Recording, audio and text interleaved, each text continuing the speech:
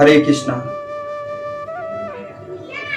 रजक के सिर का छेदन और धनुष का मंजन करने के पश्चात जब यह खबर कंस को लगी है तो कंस निश्चित ही अब भयभीत हो जाता है, क्योंकि यह जो मृत्यु रूपी भय है ना, यह हमें सदैव निरंतर भयभीत करते रहता है।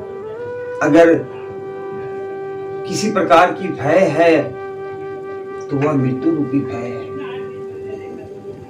और कंस को भी अपने मृत्यु का भय सताने लग गया है, क्योंकि वह भली भांति समझ गया है यह देखने में जो साधारण सा बालक है वही कृष्ण है और इसके हाथों ही मेरी मृत्यु होनी है। उसके बाएं अंग फरफराने लग गए हैं। वह रात्रि में जब सोने को गया है तो विचित्र विचित्र स्वप्न देखा है। वह देखा है कि कृष्ण के हाथों उसका वध हो रहा है। अब हर स्थल पर वह कृष्ण को अपने शत्रु के रूप में देखने लग गया है। भगवान श्री कृष्ण ने कहा है कि यम यम स्मरण भावम त्यजन्ते कलेवरम। जो जिस प्रकार का भाव रख करके देह को त्यागता है, निश्चित ही उसी के अनुरूप फल की प्राप्ति होती है। तो यहाँ पर कंस बेशक शत्रु के रूप में किंतु निरंतर श्री कृष्ण को स्मरण कर रहा है। वह एक क्षण के लिए भी अपने आंखों से श्री कृष्ण के भय से वंचित नहीं रह पा रहा है। ऐसी स्थिति हो गई है कंस की। वह रात भर किसी तरह से करवट बदलते हुए रात्रि तो व्यतीत कर लिया है। प्रातः उठते ही सर्वप्रथम उसने मल्ल युद्ध की तैयारी प्रारंभ करवा दी है, जो पूर्व से नियोजित था, और सुंदर रंगमंच की स्थापना करवाई गई है उस मथुरापुरी में। कहते हैं कि कंस ने उस समय बहुत ही भव्य भव्य सुंदर सुंदर मंचों की गठन करवाई थी। उन मंचों में सोने के खंभे लगाए गए थे, रंग बिरंगे पर्दे लगाए गए थे, सोने की लड़ियां लगाई गई थी, नाना प्रकार के बहुमूल्य बहुमूल्य मोतियों की लड़ी सजाई गई थी उस मंच पर, जो देखने में भव्य था।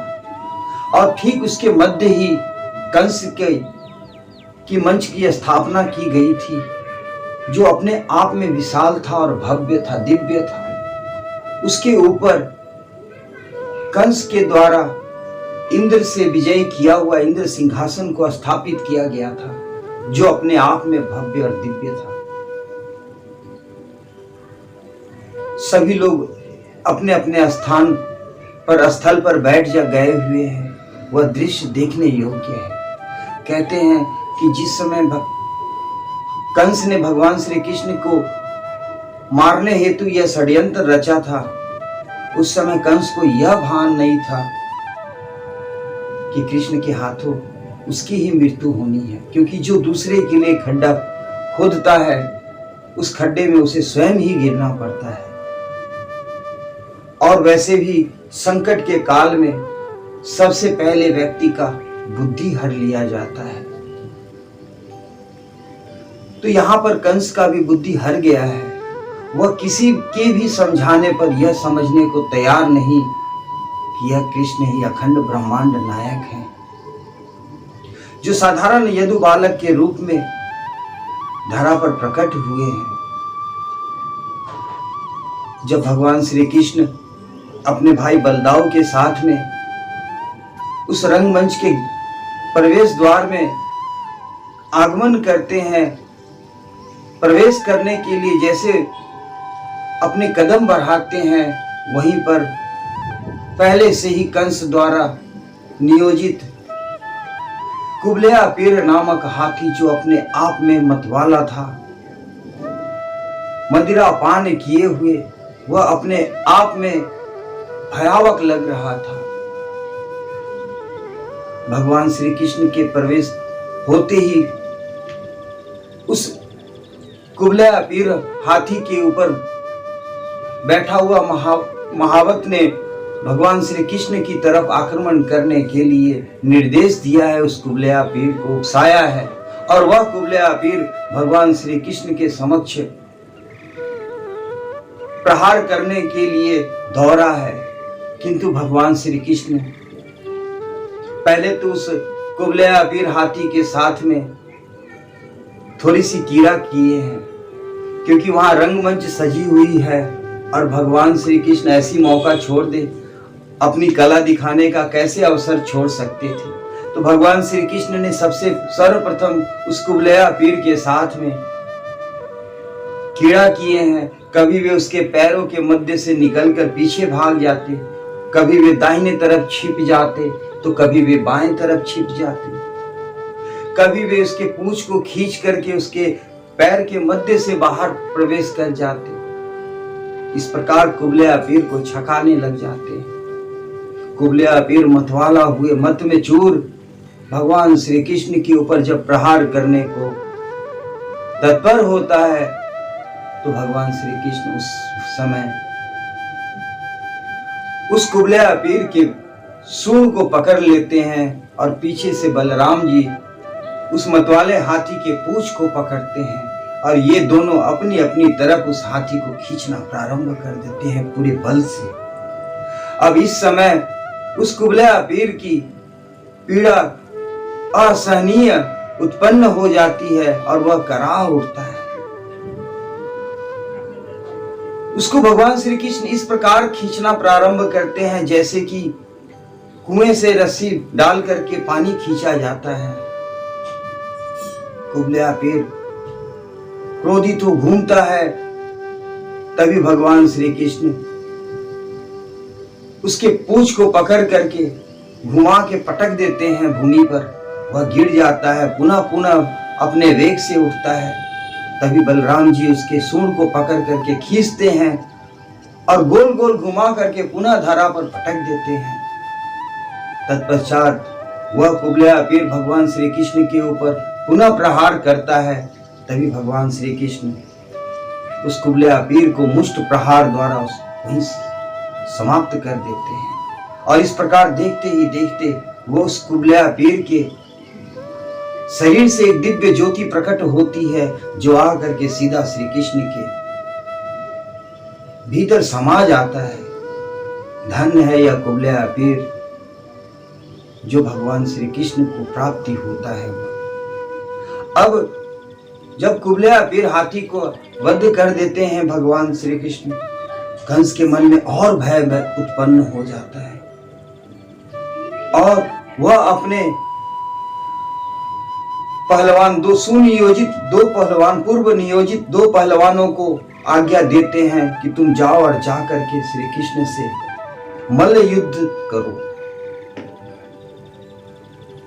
तो चाणूर और मुष्टिका नामक दो पहलवान, जिनमें से चाणूर जो रहता है वह भगवान श्री कृष्ण के पास जाता है और जाकर के उनसे कहता है कि देखने में तुम वीर प्रकट होते हो, वीर से भान होते हो, बलवान हो, तुम्हें अपने बल का प्रदर्शन महाराज कंस के समक्ष करना चाहिए, तुम्हें मल्ल युद्ध करना चाहिए। भगवान श्री कृष्ण कहते मैं अवश्य मल्ल युद्ध करूंगा, किंतु मुकाबला बराबरी वालों के साथ किया जाता है, तो मेरे बराबर का पहलवान ही आप थे, क्योंकि मैं तो नन्हा सा बालक हूं, तो मेरे अनुरूप ही किसी पहलवान को भेजा जाए। तो यह चाणूक्य कहता है कि आपने देखते ही देखते कुबलया पीर नामक इतने बलशाली हाथी का वध कर दिया, आपने धनुष का मर्दन किया, आप साधारण तो बलशाली नहीं हो। हम सबकी इच्छा है कि आप हमारे साथ युद्ध करो। भगवान श्री कृष्ण कहते हैं ठीक है, अगर आपकी इच्छा है तो अवश्य इस इच्छा की पूर्ति मैं करूंगा। और भगवान श्री कृष्ण बलराम जी के साथ में मल्ल युद्ध के मैदान में उतरते हैं और अखाड़ा में चाणूर और मुष्टिका नामक दो पहलवान मल्ल युद्ध करता है भगवान श्री कृष्ण से। वहां पर बैठे हुए रंगमंच पर जो स्त्रियां रहती है वे आपस में बात करने लगती हैं, कहती है यह तो महाराज का न्याय है। यह न्याय नहीं है, क्योंकि ये दोनों सुकुमार बालक हैं और ये दोनों वज्र के समान वीर पहलवान हैं। भला इन दोनों का मुकाबला कैसा, जबकि युद्ध तो समान बल वालों के साथ में होना चाहिए। पता नहीं अब इन दोनों बालकों का क्या होगा। इस प्रकार चिंतित होने लग जाती है वे सारी स्त्रियां, क्योंकि उनको नहीं मालूम कि ये स्वयं भगवान श्री कृष्ण हैं और धरा पर उनका प्राकट्य का प्रयोजन ही यही है कि धरा से सारे पापियों का विनाश करो। उस रंगमंच में कई प्रकार के उपहार लेकर के जरासंध, नरकासुर आदि आदि कई असुरों के नगर से भी उपहार आई थी। कंस इतना बलशाली था कि उसने धरा पर जितने भी बड़े बड़े सूरवीर थे सबको पराजित कर अपने वश में कर लिया था। क्योंकि जरासंध भी कोई साधारण व्यक्ति नहीं था, नरकासुर कोई साधारण व्यक्ति नहीं, असुर नहीं था, साल्व कोई साधारण असुर नहीं था, किंतु कंस ने सबको पराजित किया था, सारे देवताओं को पराजित कर दिया था, सबको अपने अधीन कर लिया था। भगवान श्री कृष्ण मल्लयुद्ध प्रारंभ करते हैं और चाणूर को ललकारते हुए अपनी तरफ आकर्षित करते हैं। चाणूर पूरी वेग से भगवान श्री कृष्ण के ऊपर प्रहार करता है। भगवान श्री कृष्ण को कुछ फर्क नहीं पड़ता है। भगवान श्री कृष्ण पुनः उसे उठाकर धरा पर पटकते हैं। चाणूर थोड़ी क्षण के लिए मूर्छित तो होता है, किंतु पुनः वह उठ जाता है। फिर से भगवान श्री कृष्ण के ऊपर प्रहार करने का प्रयास करता है वह चाणूर। और इधर मुष्टिक जो बलराम जी से युद्ध कर रहा था, बलराम जी ने देखते ही देखते अपने मुष्ट प्रहार से उसके प्राण पखेरु उखाड़ दिए। इधर भगवान श्री कृष्ण के ऊपर जब यह चाणूर प्रहार किया है पूरे वेग से, तब भगवान श्री कृष्ण ने अपने मुष्टि का एक ही मुष्टि का प्रहार से उसके प्राण पखेरु को भी उखाड़ दिया, उसे मृत्यु प्रदान कर दी है। अब यह देख करके कंस भयभीत हो जाता है और वह अपने सैनिकों को कहता है कि जाओ और जा करके इस ग्वाले के पिता नंद को, उसके साथ आए हुए जितने उपनंद हैं सबको पकड़ करके कारागृह में डाल दिया जाए और इन दोनों का वध ही क्षण कर दिया जाए। किंतु भगवान श्री कृष्ण बिना किसी के परवाह किए हुए कंस के मंच पर चढ़ जाते हैं। कंस आकाश की तरफ उड़ता है, उछलता है। भगवान श्री कृष्ण उसका पीछा करते हुए आकाश में ही जाते हैं और उसके ऊपर इतनी जोर की प्रहार करती है कि वह कंस धरा पर आकर के गिर जाता है। भगवान श्री कृष्ण भी वेग से उसके ऊपर कूदते हैं, वह मूर्छित हो जाता है। तत्पश्चात वह कंस भगवान श्री कृष्ण को ठोकर मारता है। भगवान श्री कृष्ण उसके ठोकर को पैरों तले ठोकते हुए पुनः उसे उठाते हैं और उठा करके धरा पर पटक देते हैं और कहते हैं, रे कंस, तेरा अंत समय आ गया है।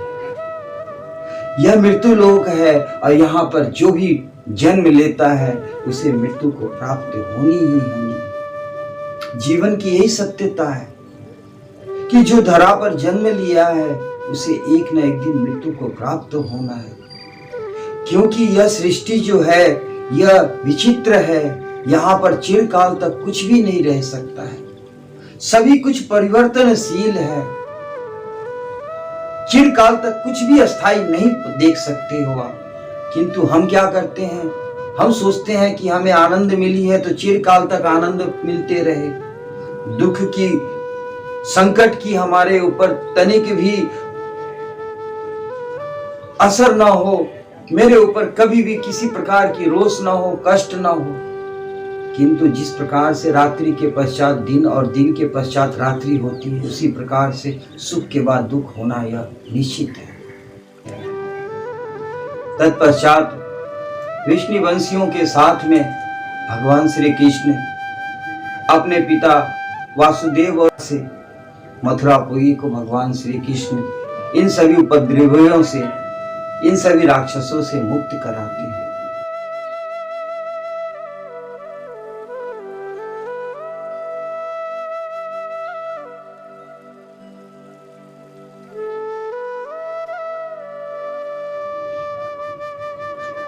इस प्रकार से वासुदेव जी भगवान श्री कृष्ण की कीर्तियों को देखते हुए प्रेम पूर्वक अपने पुत्र को गले लगा लेते हैं।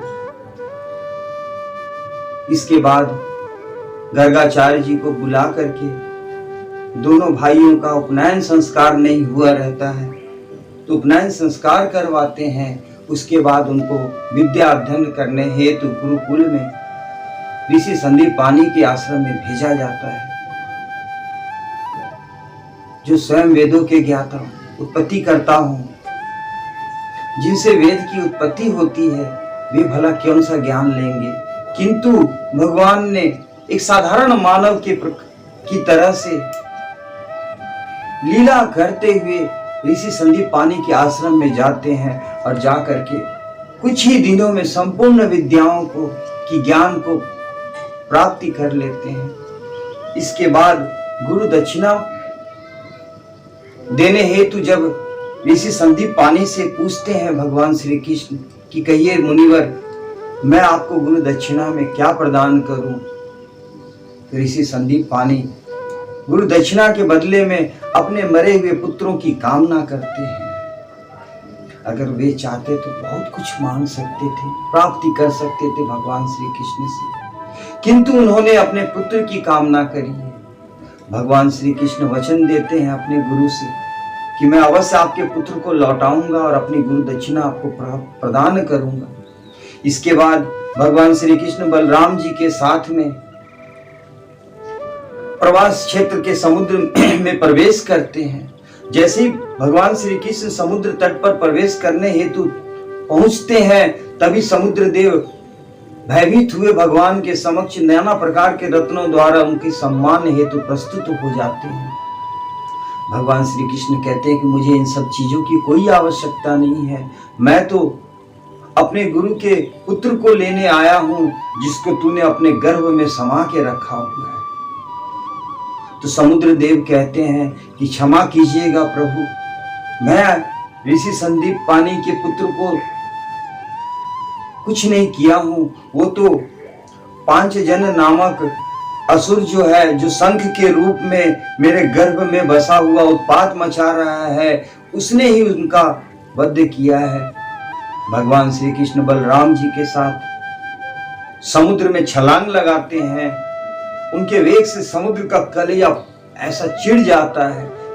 तुरंत भगवान श्री कृष्ण उस पांचजन असुर के समक्ष पहुंचते हैं, जो शंख में के रूप में वहां स्थापित रहता है।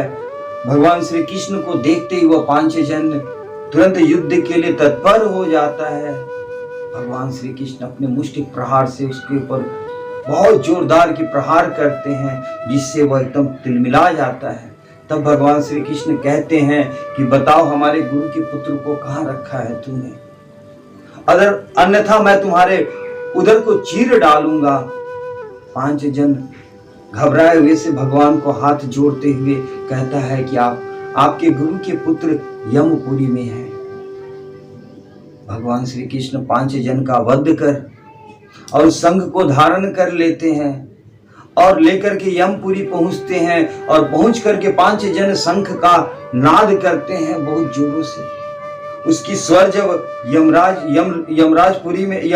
यमपुरी में यमराज जी के कर्ण में पहुंचती है, यमराज घबराए हुए तुरंत अपने यमपुरी से बाहर आते हैं और भगवान श्री कृष्ण का मंगलाचरण करते हुए, उनकी वंदना करते हुए उनसे उनके आने का प्रयोजन पूछते हैं।